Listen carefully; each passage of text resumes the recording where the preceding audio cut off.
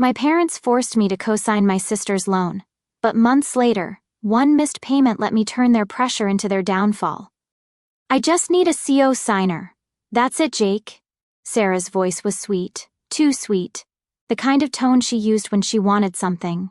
I leaned back in my chair, arms crossed. And why exactly do you need me? Sarah huffed. Because my credit isn't great, okay? But this isn't some random impulse buy. I've got a plan. I muttered. Jake, Mom's voice cut in, sharper than usual. This is an opportunity for your sister. She's trying to build something for herself. By taking out a car loan she can't afford? Dad slammed his coffee mug onto the table. Watch your tone. I clenched my jaw. Here we go. Sarah pressed her hands together like she was holding in a prayer. Listen, I'm going to start driving for a rideshare service full-time. It's good money. I did the research. Did you? I asked, leaning forward. Because I'm pretty sure that research would have told you that a car loan is not a great idea when you're already drowning in credit card debt. Jake, Mom sighed, shaking her head. You're being dramatic. No, I'm being realistic, I shot back. Sarah groaned. Why do you always do this? Every time I try to do something you act like I'm some clueless fool. I ran a hand through my hair, biting down the frustration bubbling in my chest. I don't think you're clueless, Sarah. I think you're reckless. Her face twisted in anger. You don't believe in me. You never have. Oh my God, are you serious right now? I snapped. Sarah, this isn't about belief. It's about math.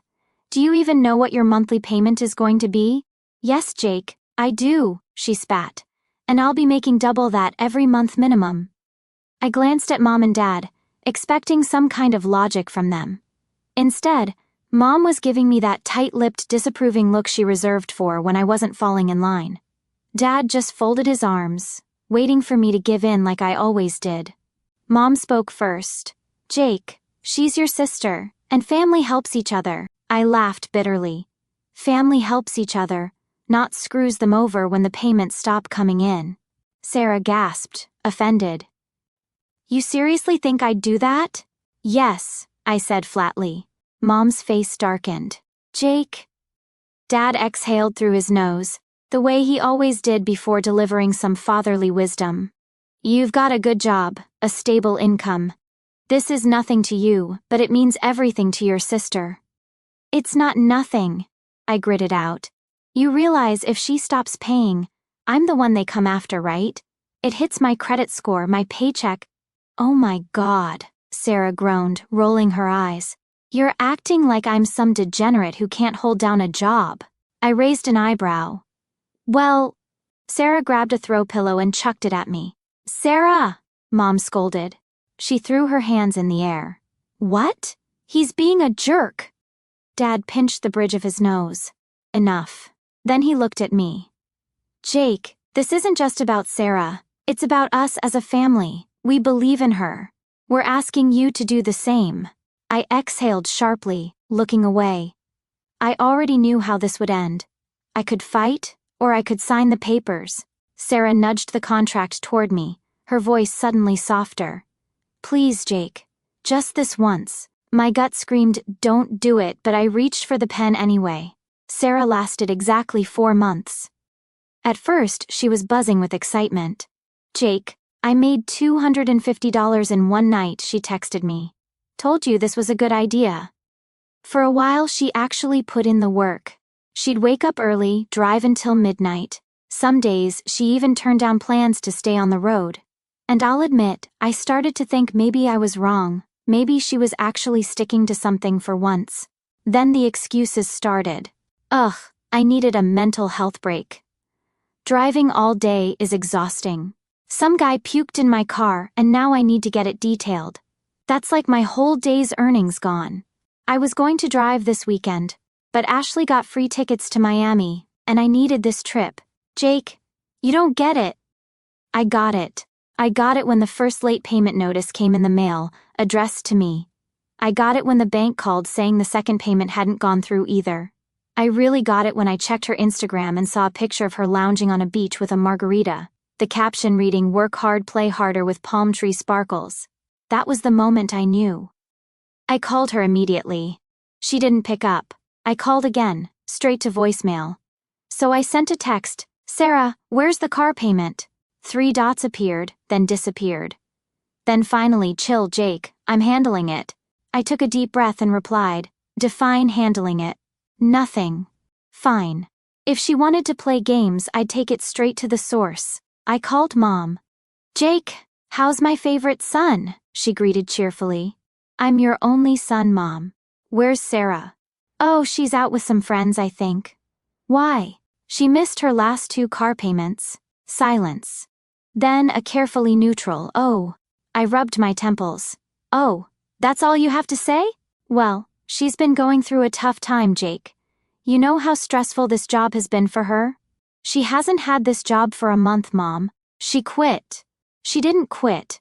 She just needed a break. It was affecting her mental health." "Did she tell the bank that?" "Because they don't seem to care about her mental health, Mom. They care about the money." "Jake," Mom sighed, "you make plenty. Can't you just cover this for a little while? She'll get back on her feet soon." I barked out a laugh. Wow. I knew this was coming. "Jake, no, seriously, I should have placed a bet. How long before they asked me to just pay it myself?" "Don't be so dramatic." I gripped the phone tighter. "Dramatic? Mom, I co-signed that loan as a favor. Not so you and Dad could sit back while I pay for Sarah's financial decisions. Watch your tone." "No, you watch who you're defending right now. Your daughter took out a loan, promised she'd handle it, and now she's spending the payments on overpriced cocktails and weekend trips."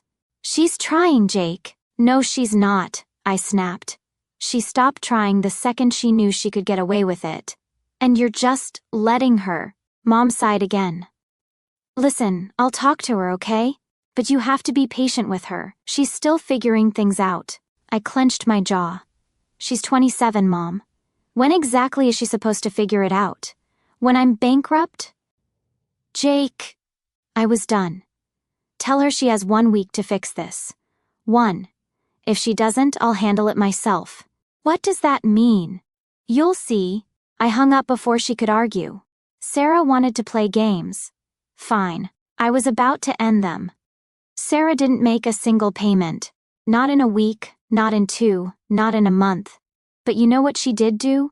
Post a new picture on Instagram, self-care weekend with a tropical drink and sun. Sometimes you just gotta treat yourself with 2 hearts. #work hard, play hard. I stared at my screen, my fingers curling into a fist. Just as an email from the bank popped up. "Final notice. Your account is delinquent. Immediate action required." That was it. I was done. I grabbed my phone and dialed her number. She picked up on the 4th ring, her voice dripping with fake sweetness. "Jakey. Hey, what's up?" I clenched my jaw. "Where's the money, Sarah?" A long pause, then a dramatic sigh. "Ugh, Jake, really? Why are you ruining my day?" I laughed, short, bitter, and sharp. "Your day?" "Sarah, the bank just sent me a final notice. Do you even know what that means?" "Oh my God, chill. I told you I'm handling it." I ran a hand down my face, trying to stay calm. "Sarah, when? When are you handling it? Because I just saw your little self-care post, and it looks like you're handling pina coladas, not car payments." Jesus, Jake, I needed a break. I've been so stressed. "Stressed? You quit your job. What are you even stressed about?" She scoffed. "You don't get it. I've been going through a lot, okay?" "Oh yeah? So have I. Like, for example, trying to stop my credit score from tanking because my irresponsible little sister decided she'd rather play rich than actually work." "Wow, nice, Jake. Really nice. You're such a pain." "No, Sarah. I'm a fool for trusting you." Another pause. Then her voice turned venomous. "Well, guess what? You signed the contract. That means it's your problem now." I gripped my phone so tight my knuckles went white. "You're right, Sarah. It is my problem, but I'm about to fix it." "What's that supposed to mean?" she snapped. I didn't answer. Instead, I hung up. And then I called the bank. The next move, I spent the next hour going through every option with the loan officer. I could try to negotiate a lower monthly payment, except Sarah had already ignored their calls. I could pay it off myself, but screw that. That left one option: repossession. I checked the contract. As a CO signer, I had every right to reclaim the vehicle if payments weren't made. The only problem, Sarah wasn't going to hand over the keys willingly, which meant I had to get creative. The setup, I knew Sarah's routine, or at least I knew the version she posted online. Every Friday night she went out. That was my opportunity. I called a buddy of mine, Eric, who worked in towing. "You serious?" he asked when I explained. "Dead serious." Eric laughed. "Remind me never to piss you off. Send me the location. I'll be there at 10:45 p.m. I pulled up outside her favorite club, blending into the sea of parked cars. Sure enough, there was her car, shiny, new, and completely unpaid for. Eric's tow truck rumbled up behind me. "You sure you want to do this?" I exhaled. "Yeah, let's go." Hooking up the car took less than 5 minutes. Just as we finished, I heard an all-too-familiar voice. "What the heck?" I turned to see Sarah storming out of the club, heels clicking furiously against the pavement, her face twisted in rage. She wasn't alone. Mom and Dad were with her. Perfect. The explosion, Sarah ran straight for me, shoving my chest. "Are you insane? What are you doing?" I didn't flinch. "Fixing your mess." She gaped at me. "You're stealing my car." "No," I said calmly. "I'm taking my car, the one I co-signed for, the one you stopped paying for." Dad stepped in, his voice low and dangerous. "Jake, let's talk about this." I crossed my arms. "Oh, now you want to talk?" Mom's voice wobbled. "Honey, this isn't necessary. We can figure something out as a family."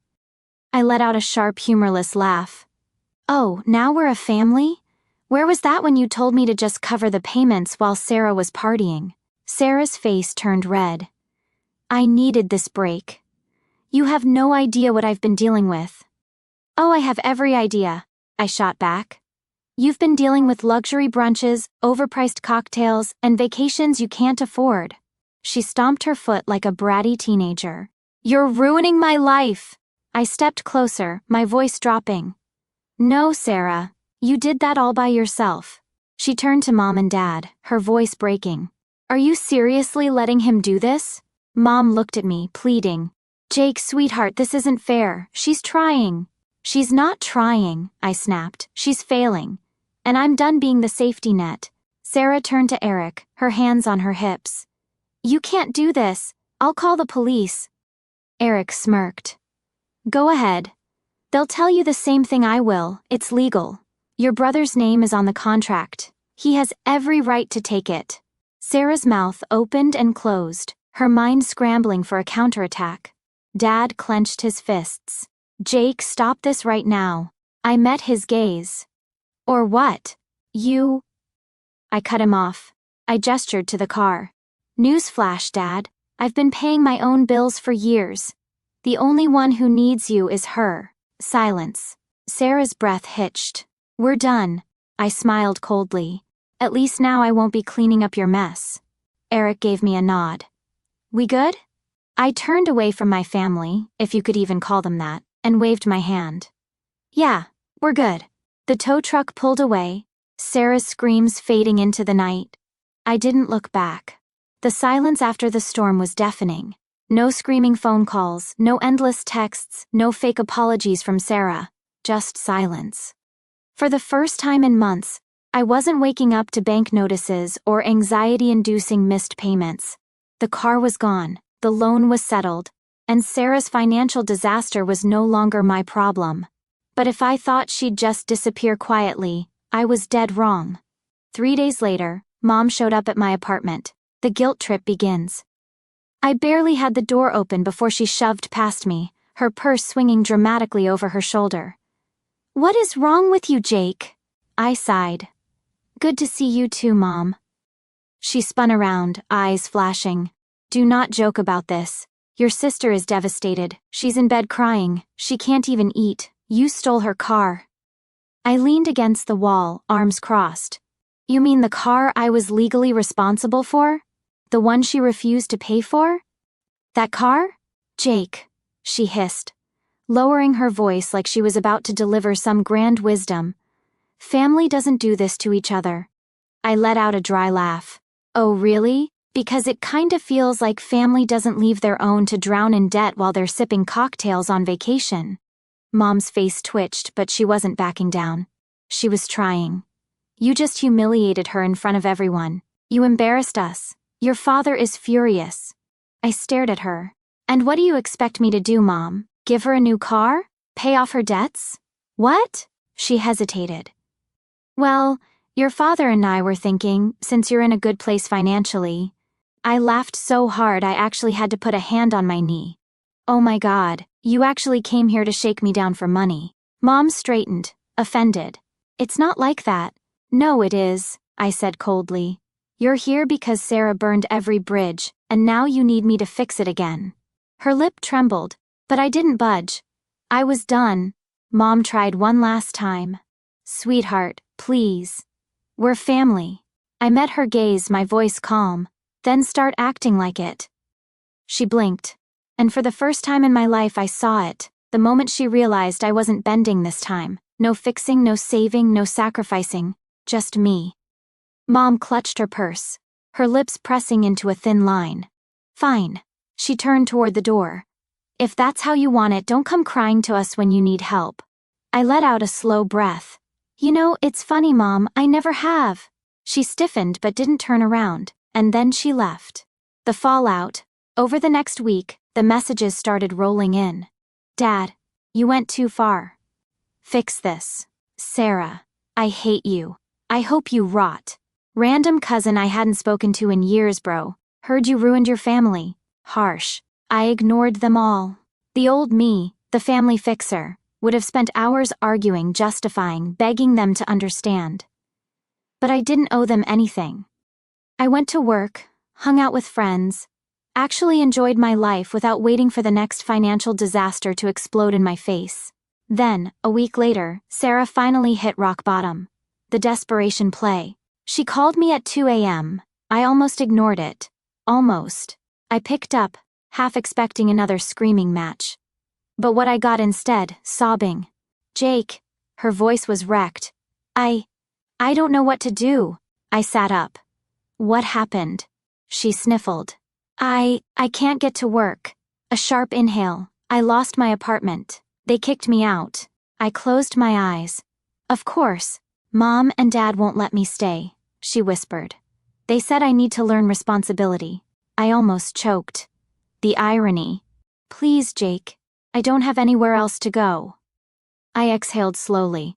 So let me get this straight. Mom and Dad, who spent months making me the villain, are suddenly all about responsibility now that they'd have to deal with you? Sarah whimpered. Jake, please. I'll do better, I promise. Just let me crash for a little bit. I let her words hang in the air. She expected me to cave. I always had before. But this time, I thought about all the times I'd saved her, covered for her, dug her out of messes she never learned from. And then I thought about my own future, my peace, my happiness. And I made a choice. No, Sarah. Silence. Then pure disbelief. Wait, what? I said no. My voice was firm, unshaken. She let out a laugh, high and nervous like she thought I was joking. Jake, come on, I have nothing right now. I leaned back against my pillows, my voice eerily calm. Then maybe you should have thought about that before blowing every chance you had. Jake! I cut her off. I hope you figure it out, Sarah, really.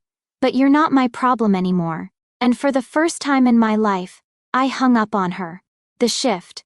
The next day, I blocked her number. Dad sent me one last message. This is on you. I didn't even bother responding. Because for the first time ever, it wasn't on me at all. 6 months later, I stood in my own apartment. My real home. Not just a place where I was constantly waiting for the next family disaster to explode. No texts demanding money. No guilt trips. No blowing up my phone with excuses. Just silence. And peace. The final attempt. It had been months since I had heard from Sarah. She had disappeared from social media, stopped trying to contact me. And for the first time in years, I had zero responsibilities tied to her mess. Then, one evening, I got a text from an unknown number. Sarah, Jake. I know I'm probably the last person you want to hear from, but can we talk? I stared at the message for a long time. Part of me wanted to ignore it. But another part of me, I had to know if she had actually changed. So against my better judgment, I responded, Me, what do you want, Sarah? Her reply came almost immediately. Sarah, I need to see you, please. So I agreed to meet. The coffee shop confrontation. I picked a neutral place, one where she couldn't throw a tantrum or make a scene. When she walked in, she looked different. Not the Instagram-perfect designer-wearing Sarah I had known. She looked tired. There were dark circles under her eyes. Her hair wasn't perfectly styled, and for the first time in years, she didn't have the same smug look on her face. She sat down nervously, stirring the coffee she had barely touched. Thanks for meeting me, she muttered. I leaned back in my chair, arms crossed. Get to the point, Sarah. She winced but nodded. I've been working at a diner. That caught me off guard. You? Working? She gave a hollow laugh. Yeah. Turns out when you have no one left to bail you out, you actually have to figure things out on your own. I didn't say anything. She sighed. Look, Jake, I'm not here to ask for money. I swear. I needed to tell you that you were right. About everything. I raised an eyebrow. Excuse me? She looked down at her hands, fidgeting. I spent my whole life assuming someone else would fix my problems. Mom, Dad, you. And when you finally cut me off, I had nothing. No backup plan, no safety net. Just me. For the first time, her voice cracked. I hated you for it at first, she admitted. I wanted to believe you were just being cruel. But now, I get it. I sat there, processing her words. This was the first time Sarah had ever admitted to being wrong. The first time she wasn't blaming everyone else. And I didn't know what to do with that. So what now? I finally asked. She exhaled shakily. I don't know. I'm just trying. I'm not asking you to forgive me overnight, but I wanted you to know that I see it now. And I'm sorry. I studied her, trying to see if this was another manipulation. But for the first time in forever, I believed her. I nodded slowly. Good. You should be. She let out a small, sad smile. Yeah. Sarah and I didn't magically go back to being close. But I walked out of that coffee shop feeling lighter. For once, I wasn't carrying her weight anymore. I had finally let go. And that was freedom.